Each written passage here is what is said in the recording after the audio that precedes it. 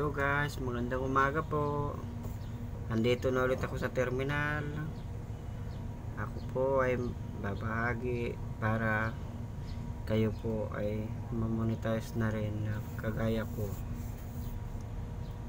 Ang pag-monetize po ay hindi naman po madali. Pero sa isang video lang at dalawa ay maaari na kayo monetize sa stream ads. Ang stream ads po kasi guys ay yan po ang bigayan ng Facebook.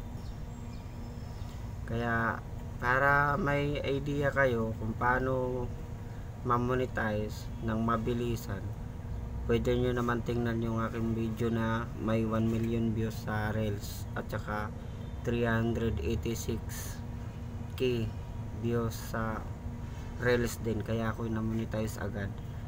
Kaya yun ang gusto ko sa inyo mga kababayan, na para ma-monetize na po kayo, kumuha kayo ng idea ng kasi basta marunong lang kayo mag-edit. Yung mga sikat na kagaya ko, kumuha ko noon para din ako ma-monetize. Ayan, ginawa ko. Pero inedit ko. Noong ako ay na-monetize na, tinanggal ko ulit yung yung music. Kasi bawal po kasi yun pag monetize na po. Copyright po kasi yun. Alam po natin lahat yan, copyright.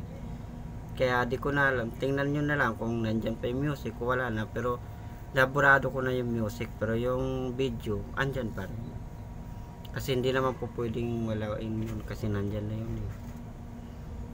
Kasi nag-email kasi sa akin dati si Facebook na tanggalin ko yung music, kasi music lang daw ang tatanggalin. Kaya tinanggal ko yung music para hindi na maging copyright at hindi na rin maapektuhan yung monetization ko.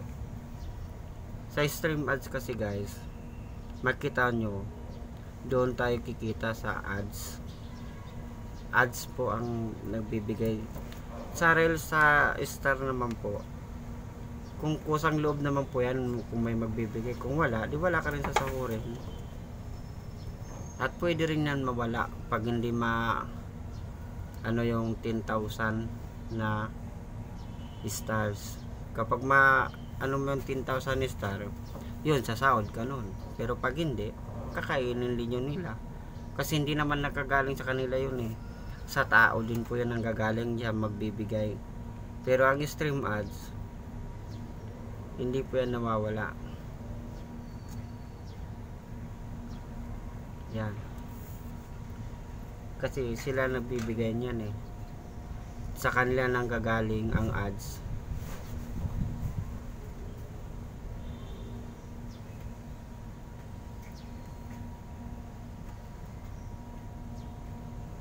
Para ma-monetize na rin kayo, ganun din ang gagawin ninyo. Kasi pag may isang video kayo dyan, kahit na Reels yan, pag bumigayan agad, ako sa akin, yung 1 million views ko sa Reels ay 2 araw lang po yun. Naka 1 million agad ako doon. Kaya ako yung monetize agad. At kung kayo naman po, sana ma-monetize na rin po kayo para sama-sama tayo ma-monetize na. Ganun lang po yung kasimple. Sa Reels naman po, ang ads po dyan, kapag kayo po ay invitation. Pero ako, hanggang ngayon, hindi pa rin ako na-invite ni Reels. Ads on Reel lang po mayroon ako. Kaya sa ads on Reels na rin po ako. Sa stream ads po ako ngayon nakatuto. Binibigyan ko na lang po ng upload yung video sa Reels. Baka sakali ma-invite na po ako. Kaya ako sa inyo, magtulungan na lang po tayo para sama-sama tayo monetize. Sa katulad nyo na nagangad pa ng monetization. Dahil napakahirap talaga hagilapin ng 60k views para maging stream ads. At kapag kompleto na kayo nun, ito wala na pong problema. Kasi ganun naman po kadali at ang pag monetization. Kaya ang iba, makikita mo hindi sa kanilang mga video mga ginagamit kasi sila na monetize at malaki na rin ang kanilang followers. Gumagamit sila ng picking account pero sa kanila rin yun napasok. Ganun lang po kay para mamonetize po sila mabilisan. Pero kapag kayo po ay na-monetize na, sarili nyo na pong video yung i-upload para hindi na po kayong masisira. Kasi ang mga iba kasi ngayon, paswertihan na lang yan. Dahil pag yan ma-detect ng Facebook at ano doon yung may-ari, natanggalin lahat ng account doon, kawawa yun sila, matatanggal. Marami yun sila matatanggal. Ganun po yun.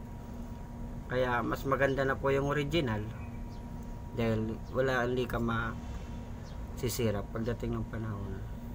Hanggang dito na lang po guys. Maraming salamat po. Sana narinig niyo po yung aking tulong para sa inyo para maging monetization na rin po kayo. Yan po guys, maraming salamat.